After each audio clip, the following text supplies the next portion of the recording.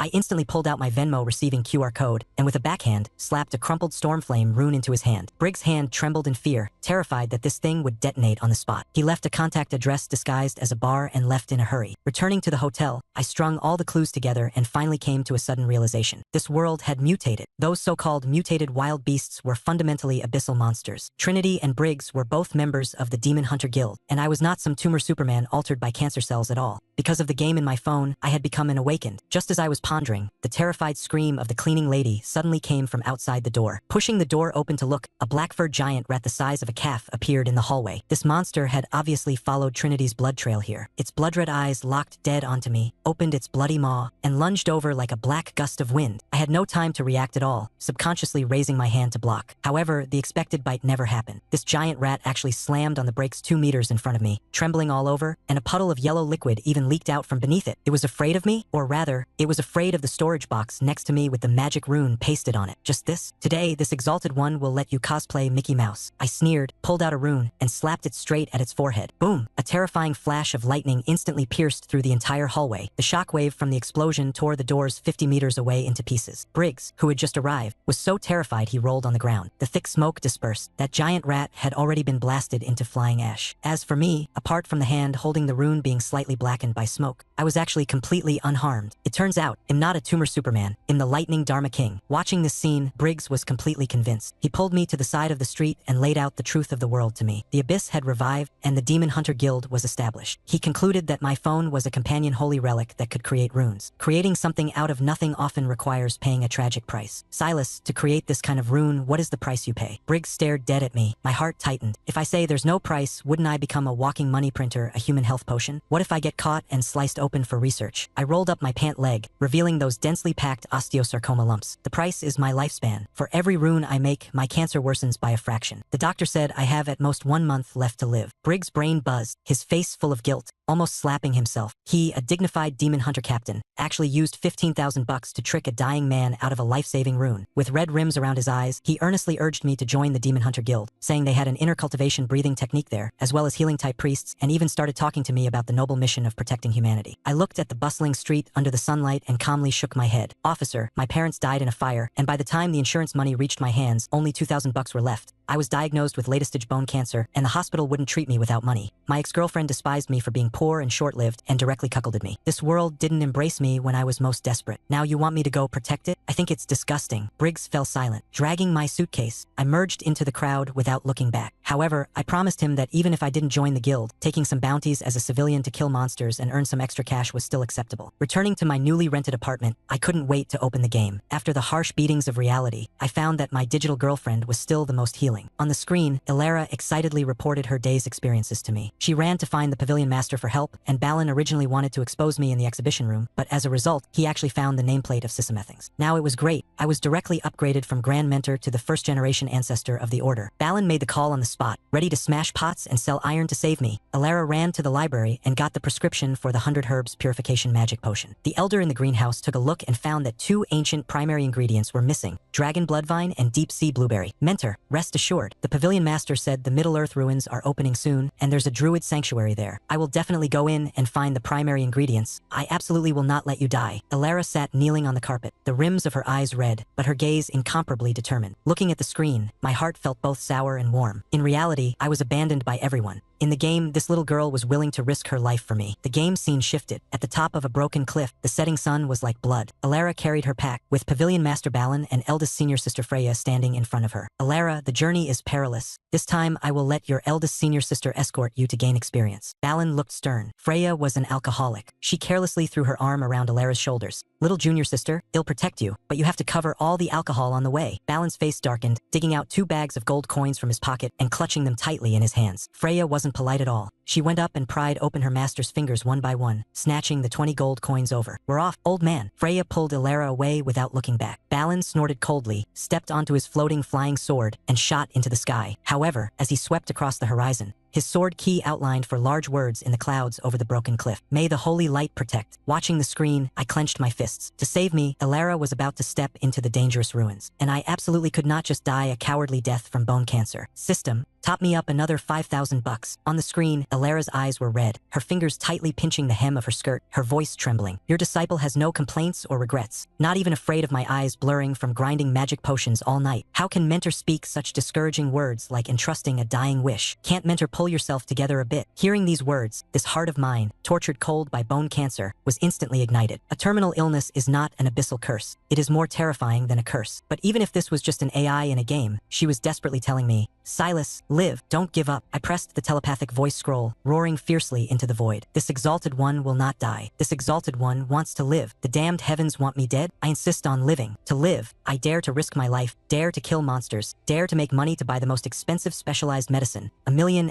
per injection? Then I'll buy 10, 100. As long as there is money, there will always be a day I get enough injections to get better. I pulled the door open, strutting proudly and valiantly. Outside the door, a petite figure shuddered in fright, backing up several steps and falling hard onto the ground on her butt. The girl sent by the Demon Hunter Guild, Trinity. This girl claimed to be here to monitor me. On a 3-meter-long sofa, she shrank to the far right and my cat Grim shrank to the far left. Separated by a clear boundary in the middle, 1 human and 1 demon trembled in fear. I didn't bother wasting words and directly laid out my conditions. Do you get paid for monitoring me? She swallowed hard, 150 bucks a day. I extended my hand, half for each of us. Without hesitation, she changed her sitting position to kneeling on 1 knee, directly giving me a grand bow. Please absolutely allow me to monitor. From now on, you are my own blood brother. Deal. I pointed to the guest bedroom and let her stay, perfectly convenient for me to gather intelligence. That very night, I dragged her straight to a Demon Hunter Guild stronghold. Making money to treat my illness brooked no delay. I had to accept bounty missions. The moment I pushed open the secret door on the 4th floor of the Dragon Leap Internet Cafe, a strong stench of blood rushed over my face. Lying haphazardly on the floor were 2 corpses whose skulls had been flipped open. Their brains were entirely gone, their death state extremely miserable. All the demon hunters present were filled with righteous indignation, drawing their weapons one by one, ready to fight for their lives. Captain Briggs, with a gloomy face, took a fierce drag from his cigar and announced loudly, "We are running away." Everyone was dumbfounded. The enemy has fought their way to our door, and we're actually running? Before his words faded, the ceiling overhead was instantly covered in black spider webs. A half-human weaver demon the size of a desk hung upside down. Its human face was deathly pale. The corners of its mouth split to the base of its ears, letting out piercing, maniacal laughter. A silver-rank abyssal monster. Wanted criminal. The demon hunters were scared out of their wits. Briggs pulled out an enchanted shotgun and blasted a shot, yelling that he would cover the rear. As a result, the weaver demon rammed its head and collapsed the wall, and the ruins were filled with his agonizing screams. Trinity grabbed me and bolted. Rushing into a small alley, I casually asked her, "This spider is a wanted criminal? Is it worth money?" She nodded frantically. "Of course it's worth money. This guy has a bounty of $20,000. 20,000 bucks? I instantly stopped in my tracks and pulled out a handful of Stormflame runes from my pocket. The logic was very clear. Runes can insta-kill wolf demons and giant rats. In my eyes, this spider is equivalent to sudden death. I shook off Trinity, turned around, and walked right back. Make money. Second floor ruins. Briggs was covered in blood, missing an arm, being stepped on by the spider and mocked wildly. He gritted his teeth and pulled out the rune I gave him before, trying to counterattack, but the magic on the rune paper had long dissipated, turning it completely into waste paper. Just as the spider was about to spit acid to torture him, I silently walked up behind it. This monster was extremely vigilant and suddenly turned its head, staring dead at me. It was too clever for its own good, thinking I was holding a smoke grenade and trying to use the opportunity to save the person. You think I don't dare to paste it? They'll paste it for you to see right now. It shrieked madly, but its claws paused midair, not daring to touch. I didn't waste any words with it at all, directly using a drying rack to violently jab the Thunderfire rune dead onto its face. Turn around, hit the deck, cover my head. The movements were accomplished in one breath. Briggs, you're on your own. Boom. Blinding white light pierced through the entire second floor. Berserk thunder and fire exploded instantly. A large half of the second floor collapsed. The carapace the Weaver demon took pride in was completely shattered, blasted into fist-sized pieces. Its entire body was charred and smoking, desperately scurrying downstairs to escape. It had just rushed to the front door on the first floor when Trinity, standing right there, backhanded another rune and plastered it on the door. FCK. No. A second flash of lightning, and this silver rank monster was completely wiped out into flying ash. I climbed out of the ruins, patting the bricks off my body. My phone suddenly vibrated. A game pop-up lit up. Killed an abyssal demon spider. Reward obtained. Demon crystal fragment. Spider silk mithril soft armor delivered. My eyes went wide. Kill monsters in reality, drop loot in the game. A defensive soft armor had directly appeared out of thin air on my bed at home. This companion holy relic wasn't even pretending anymore. It was an open-hand fusion. Briggs climbed out of the stone pile, moved to tears and snot, insisting desperately on pulling me into the Demon Hunter Guild. I decisively refused, took away the 20,000 bucks bounty, turned around, and went to find Trinity to fish for information. This girl had just taken benefits from me and, completely off guard, spilled the entire mechanics of the Demon Hunter Guild's breathing technique from top to bottom. The prologue opens up all body nodes. The first volume guides mana into the body. A massive buzz resounded in my brain. It clicked. Everything clicked. No wonder after I gave myself a stab with the advanced acupoint piercing technique earlier, my right leg moved like the wind. The mana from the crystal bracelet had directly flowed along my meridians and nourished my muscles. In other words, I can also cultivate tidal mysteries. The prerequisite is that the mana circuits of my entire body are open. As long as I practice the game's Holy Spirit acupoint piercing technique to grand completion and completely open my own meridians, I will be able to use magic in reality. Screw being a tumor Superman. Next, it's time for me, Grand Mentor Silas, to take the stage. I sprinted home, locked the bedroom door, and clicked open the game panel. Upgrading the acupoint piercing technique from high tier to master level requires spending 1,000 in the game. Spend. To save my life. Not a single cent will be spared. I looked at the screen. Elara and eldest senior sister Freya were resting in a small inn in the mortal realm. The two had just gotten into bed. Eldest senior sister was bold and uninhibited. She directly took off her undershirt and tossed it aside. Elara, terrified, shrank under the covers, not daring to look. I didn't care about these details at all. I directly threw down money and dropped a high-tier mana array. 10 top-quality mana crystals fell from the sky, and terrifying mana instantly filled the entire room. Elara, under the covers, let out a whimper. Eldest senior sister, stripped completely naked, looked at the array, her scalp going numb. The heart that was hanging in suspense completely died. So Elara's mentor can see? I didn't have time to bother with her social death. I continued to swipe my credit limit madly in the mall. To scrape together 1,000, I locked my eyes onto the limited time items refreshing in the mall. Astral Skyship. Price, 1,500. Speed comparable to a Grand Magus flying through the air, fully autonomous driving. Perfect for Elara to use for traveling. Buy. Above the sky of Qinghe City, space tore violently, and a massive steampunk skyship descended out of thin air. The night patrol guards of the entire city were all dumbfounded, kneeling on the ground shouting that a miracle had manifested. System prompt. Spend 15 to use the secret art titan's hand to transfer the array without interrupting your apprentice's cultivation. Must pay. Buzz. A semi-transparent giant arcane hand descended from the sky. Its 5 fingers spread wide, grabbing the entire inn where Elara was staying. Uprooted entirely, the giant hand shook violently in midair, shaking out all the other passersby staying inside. Then it wound up its arm and, like throwing a football, viciously smashed the entire inn onto the skyship's deck. Touchdown score. Perfect. The skyship instantly started, hurtling at full speed toward its destination, Emerald Star Valley. I also let out a long sigh of relief. My brain started to swell. The system prompted that breaking through to master level for the acupoint piercing technique takes 6 hours, and my operations were too fast, overloading my brain capacity. I fell asleep as soon as my head hit the pillow. When I wake up, it will be the moment my Silas mana is unlocked. The skyship tore through the sea of clouds for a whole night. At dawn, Freya stretched and pushed the door open, her entire person petrifying on the spot. Outside the door wasn't a bustling street, but a bottomless layer of clouds. Right outside the inn's front door was shockingly the skyship's core power engine. The inn was uprooted entirely. Elara looked at the marks around them him, her eyes full of emotion. It must have been Mentor displaying a great divine ability, so as not to disturb their cultivation. Mentor is so good. Just as the two were leaning over the ship's rail looking down, a sudden mutation occurred. Boom! A loud crash. The sky shook and the earth trembled. The skyship, without any deceleration, crashed headfirst and shattered Emerald Star Valley's illusion barrier. Half the hull was dead stuck into the barrier's nexus, forcibly tearing a massive gap in this city-protecting grand array. The entire Emerald Star Valley completely blew up. A large number of mages fell into chaos. On the roof of the inn, two figures descended from the sky. Emerald Star Valley's heir, Elena. Standing next to her was a burly, bald female knight commander wearing lipstick. Last night, Elena had just ordered the barrier opened, preparing to make things difficult for the Severed Steel Order, but as a result, she woke up to find a skyship had smashed her front door to pieces. She stared dead at Alara and Freya, her eyes cold, the corners of her mouth curling into a sneer of ridicule. I wondered who it was. Turns out it's the little mice from the Severed Steel Order. I really didn't expect that you bunch of poor ghosts waving pieces of iron could actually afford an astral skyship. You crashed into my Emerald Star Valley's grand array, and you still dare to act arrogant here? Freya had a fiery temper. She drew her heavy crossguard sword, pointed it at the other party, and cursed. Who are you calling little mice? Believe it or not, this old lady will cleave you in half with one sword. Before the words faded, the bald knight commander next to them snorted coldly. A terrifying aura, like Mount Tai pressing down on the top of their heads, instantly pinned Freya firmly in place, unable to move a muscle. An old monster at the Grand Magus level. The fat on the bald knight commander's face twisted, her voice vulgar and violent. Young master, why waste words with these two pieces of trash? The bald brute pressed forward step by step, her berserk aura locking onto Alara. She pulled out a black giant axe and smiled hideously. Chop off their limbs and throw them into the dungeon. Let the Severed Steel Order bring gold coins to ransom them. Just as the bald knight was about to strike, Elena waved her hand to stop her. I keep my word, they'll give you one chance. She sneered coldly, tossing out a magical golden lotus. The golden lotus exploded instantly, dragging Alara and Freya directly into Emerald Star Valley's nightmare barrier. Break the array and then you can buy medicine. Deep within the barrier, the mental attacks were extremely vicious. Betrayal by former fellow disciples and the tragic scene of her parents' deaths played in turn, but Alara paid them no mind at all. It wasn't until the scene before her eyes changed, and she saw me, clad in white and covered in blood, being torn apart and eaten alive by a pack of ghouls. This time, they poked a hornet's nest. Alara completely snapped, her eyes blood red. She drew her long sword, staring dead at the darkness above, her killing intent directly tearing a gap in the sky dome. This girl actually wanted to sever the heavens with a single sword strike. In reality, I was sleeping soundly when my phone's piercing alarm blasted me awake. The screen flashed wildly with blood-red text. Warning, your digital girlfriend has provoked the laws and is about to be struck dead by lightning. Holy SHT, how can this be allowed? I sprang out of bed in a second, tapping frantically to force a halt. Boom, a bell tolled in my mind, and Alara instantly regained her clarity. Seeing Alara out of danger, I looked over at eldest senior sister Freya. This reckless woman was trapped dead by her inner demons, rolling wildly in a mud puddle, yelling for someone to put out a fire. I immediately transmitted my voice to Alara.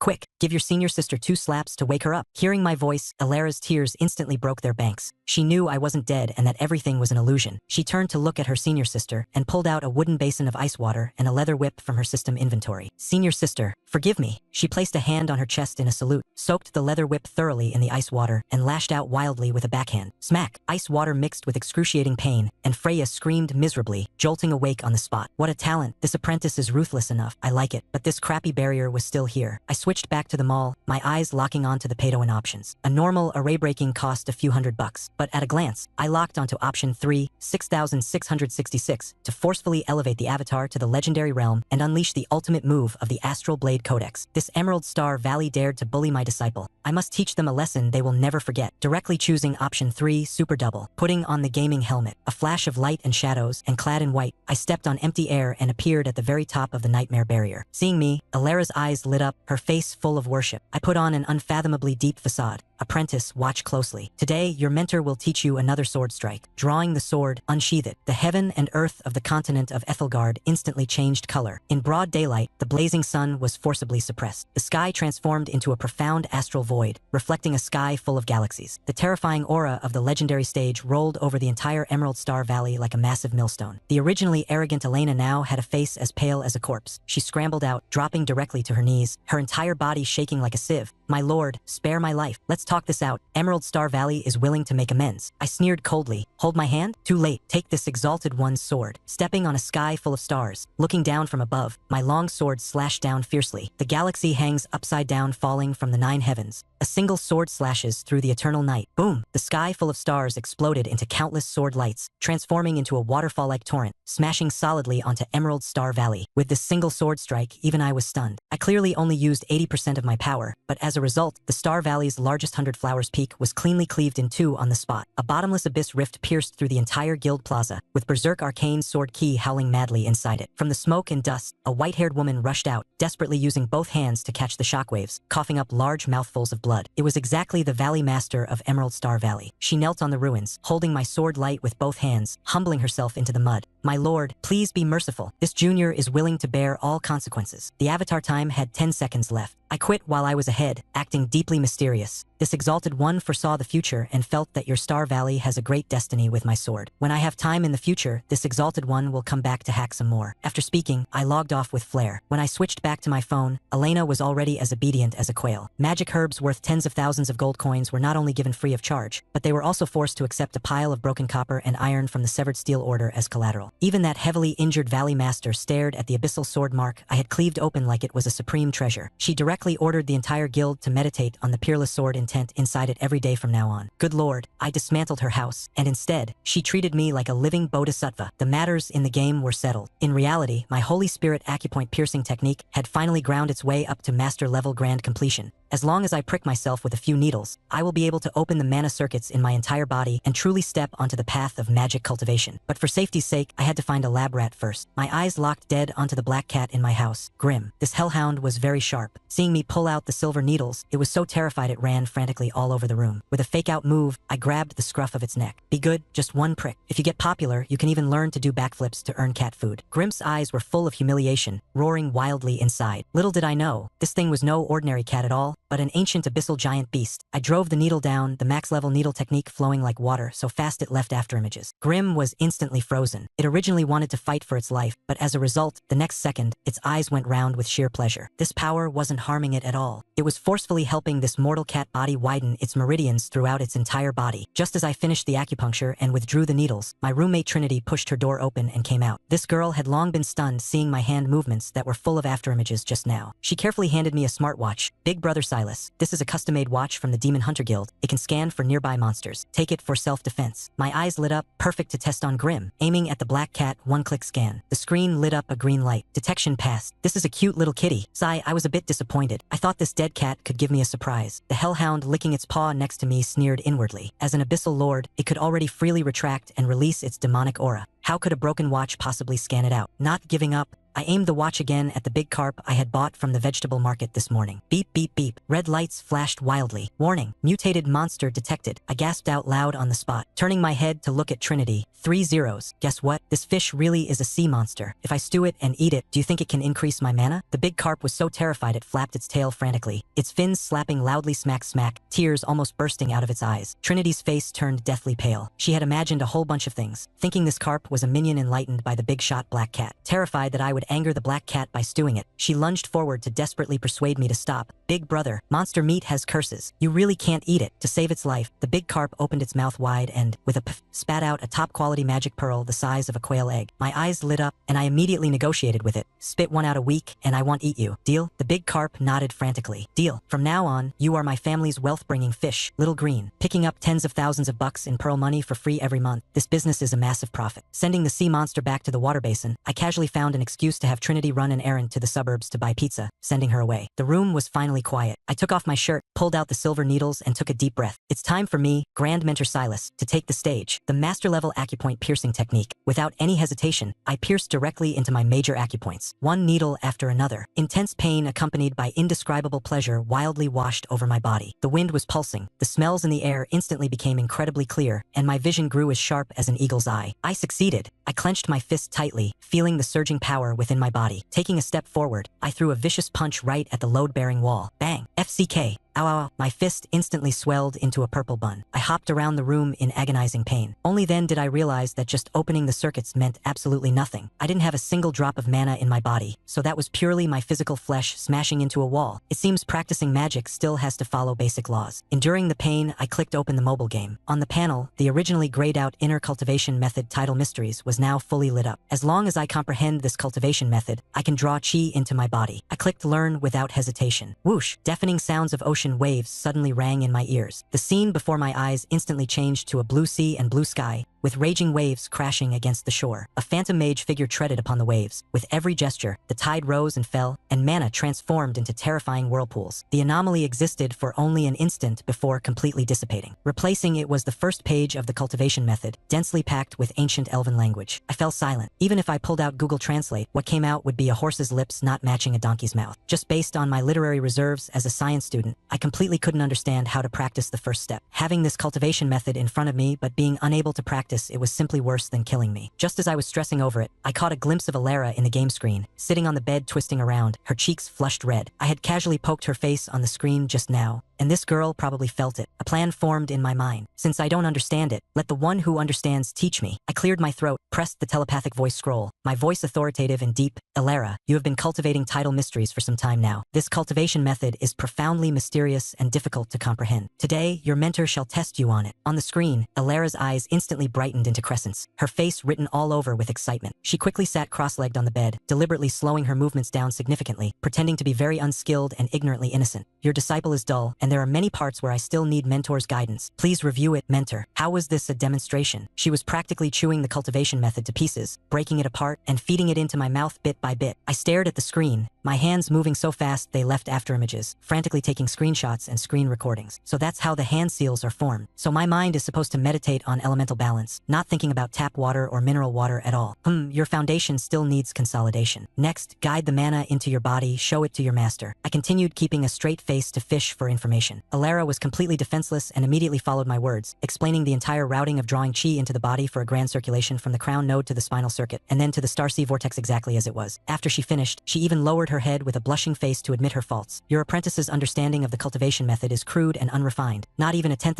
of mentors. I beg mentor to resolve my doubts. My head was full of dark lines. This is called crude and unrefined. Then what does my comprehension, which couldn't squeeze out a fart for half a day, count as? She eagerly waited for my pointers, but even if I poured out all the ink in my belly, I couldn't string together 2 sentences of magical proverbs. Left with no choice, I could only resort to my ultimate weapon. I took a deep breath and unleashed a barrage into the telepathic voice scroll. With the embers of the abyss, I forge my destiny. Even if winter is coming, I am the storm. The light is undying. Magic is eternal. It was entirely composed of golden quotes I memorized from reading Western fantasy web novels back in the day. After sending it, the void fell dead silent. My heart beat like a drum. Can I really bullshit my way through with this? Who would have thought the system was extremely intelligent, directly transforming my gibberish into a deafening, sacred, grand voice. Boom! An authoritative voice exploded inside Alara's room. Light and shadow intertwine. Elements resonate. The rising tide is light, the falling tide is shadow. Drawing upon the origin of heaven and earth rather than the surface of mana. Remolding the true body. Only then can one align with the truth. The more Alara listened, the brighter her eyes became. The next second, a dazzling blue light violently erupted around her. Water element magic from all directions gathered toward her wildly like a tidal wave. She, who had originally just been promoted to an official mage, saw her realm skyrocket, and in the blink of an eye, she actually forcefully smashed through her bottleneck, directly stepping into the ranks of mid-tier mages. Alara opened her eyes, performed a standard mage's highest etiquette toward the void, her voice trembling. Mentor has imparted everything without reservation. The grace of teaching the Tao is like recreating the world. Your disciple will certainly not disappoint Mentor's expectations. Seeing her looking so moved, she was about to cry. I wiped the sweat off my brow. That actually caused an epiphany, truly worthy of being my good disciple. In the blink of an eye, the skyship had already arrived above the severed steel order. The scene shifted to the back mountain of the order. Pavilion Master Balin was standing in front of a pitch-black cave, smiling with extreme greed. This old guy was so broke he had gone crazy, actually setting his sights on Alara's skyship. skyship. He had absolutely no idea that his own apprentice was sitting inside the skyship. With a wave of his large hand, he directly unleashed the Order's guardian magical Biasta legendary level giant wolf the size of a mountain, big husky. Go, dismantle that flying ship. They'll find you a female wolf later. Balin roared loudly. Big husky let out a wolf howl to the sky. Its eyes were blood red as, like an unbridled black whirlwind, it shot straight up into the sky. On the skyship, eldest senior sister Freya's face turned green with fright, desperately shouting down, "Master, don't attack. It's me and Alara." Hearing the voice, the smile on Balin's face instantly froze, and he was so terrified he launched himself straight off the ground. Wicked beast, stop. But it was completely too late. Big Husky's mind was completely clouded by the desire to dismantle the spaceship for a wife, and with its bloody maw wide open, its massive body crashed fiercely toward the skyship's magic shield. Right at this hair-raising moment, I violently smashed down US dollars to forcefully descend my avatar. In front of the skyship, space tore violently. Clad in white hair, I stepped out through the air. Without even looking at that stupid wolf, I raised my right leg and aimed right at its massive dog head with a heavy, powerful midair whip kick. Bang! The void shattered instantly.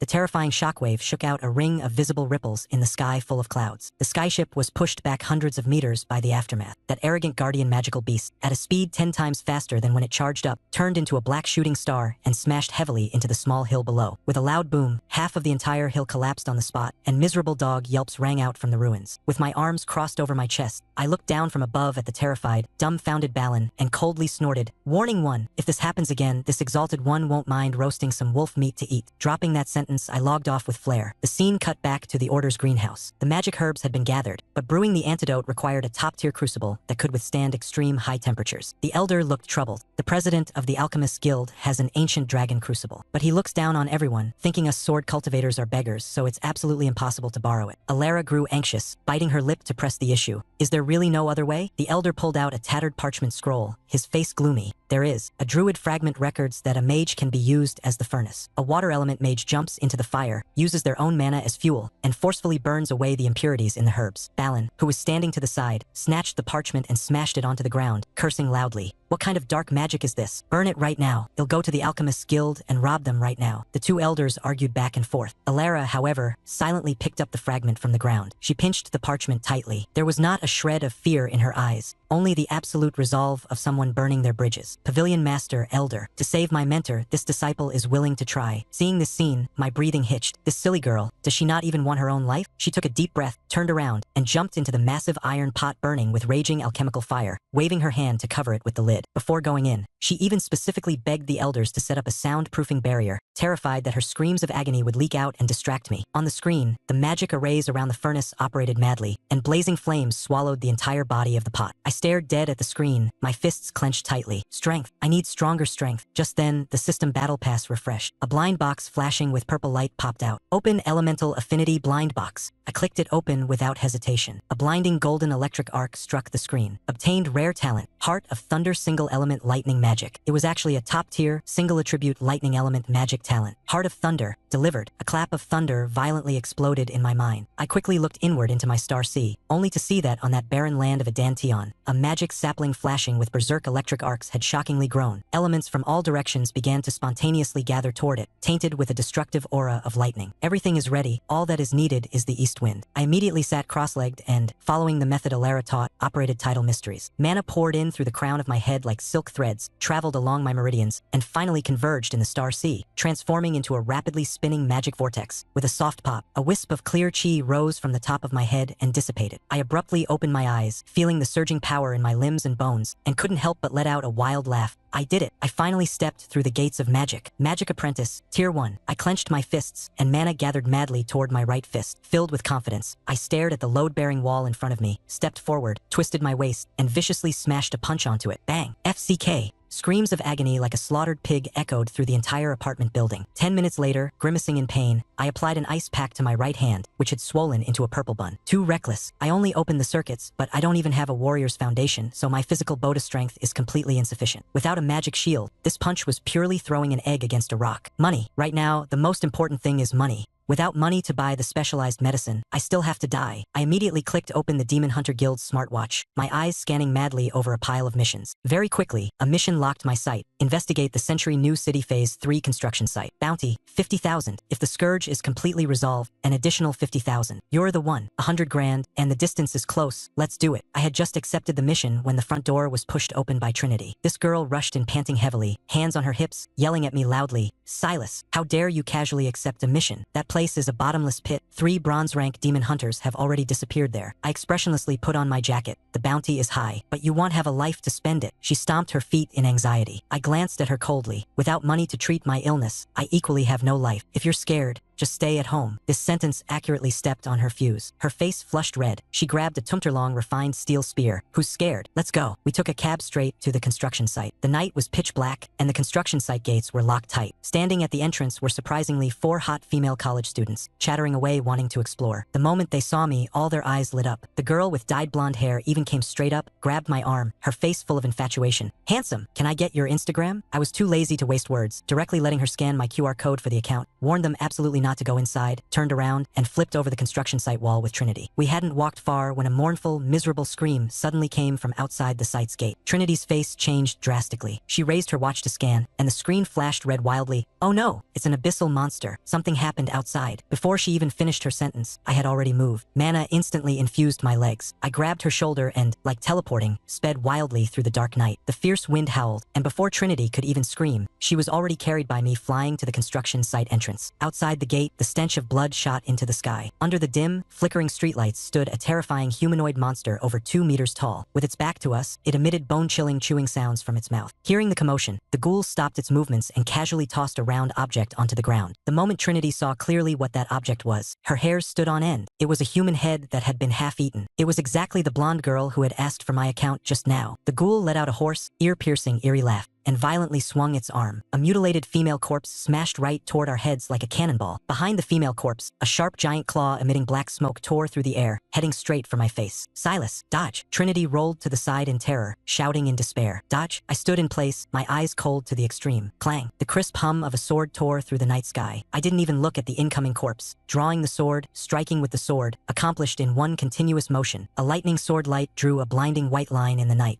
The flying corpse was instantly cleaved into 2 from the middle. The black giant claw hidden behind it, along with the ghoul's massive body, was forcefully chopped into 2 halves by this devastatingly destructive sword strike. The foul-smelling black blood squirted all over my face. I didn't even blink, backhanding to flick the blood beads off the rune longsword, and spoke coldly. "Did you know, I actually quite liked the way she called me handsome." A bizarre gurgling sound came from the ghoul's ruined throat. Completely locked down by that icy chill of death, it desperately tried to beg for mercy. "Senior, a misunderstanding." "There is no misunderstanding." A backhanded swing. The sword light flashed. A massive head flew diagonally up into the sky. The ghoul's huge body collapsed with a crash. Who knew? The moment that head hit the ground, a few tentacles grew madly out from the severed neck. It ran frantically on the ground like a spider, turning its head to sneer hideously at me while running. "You can't kill me. When Lord Demon King revives, all of your Demon Hunter Guild will have to die." "Not dead?" I raised an eyebrow, power exploding violently under my feet. With a boom, the concrete ground was directly shattered by my stomp. My entire body turned into an afterimage, carrying the sword and bouncing left and right on the abandoned steel rebar framework. The speed so fast you could only see a streak of white light. "What?" The ghoul's head looked back, its eyeballs nearly popping out in terror. With a midair somersault, I landed steadily right in front of it. The tip of my sword pointed straight at the center of its brows. "I'm sorry, my lord. Let's talk this out nicely," it shrieked, begging for mercy. "Shut up. Drop your loot." Raising my hand, the sword fell. The sword key directly cleaved that head into powder, pinning it dead to the wall. The system prompt rang out right on time. "Killed Abyssal Ghoul, obtained Demon Crystal Fragment X1. I put away the sword, turning around to find Trinity. This girl was currently shrinking by a pile of scrap materials in the corner, her head lowered, hugging her knees tightly and trembling. "Hey, scared silly?" I walked over and waved a hand in front of her face. Before the words faded, a sudden mutation occurred. Swish! Trinity abruptly looked up, her eyes hollow, grabbed the long spear by her side, and like a viper striking from its hole, the spear tip thrust straight at my face. Extremely fast, but under my overflowing perception right now, it was as slow as a snail. I tilted my head slightly to dodge the spear tip, backhanded to firmly grab the spear shaft, exerted force from my waist, and with a violent overtheshelder throw, smashed her and the spear heavily onto the ground. Bang! Trinity let out a scream and fell into the pile of scrap. I pressed forward, my eyes instantly locking onto the back of her neck. Lying dead still, there was a bizarre spider with a blood-red abdomen. This thing was controlling her. Seeing that it was exposed, the spider immediately moved its legs to run. The rune longsword flashed with a cold light, directly tearing it into two halves on the spot. More fragments?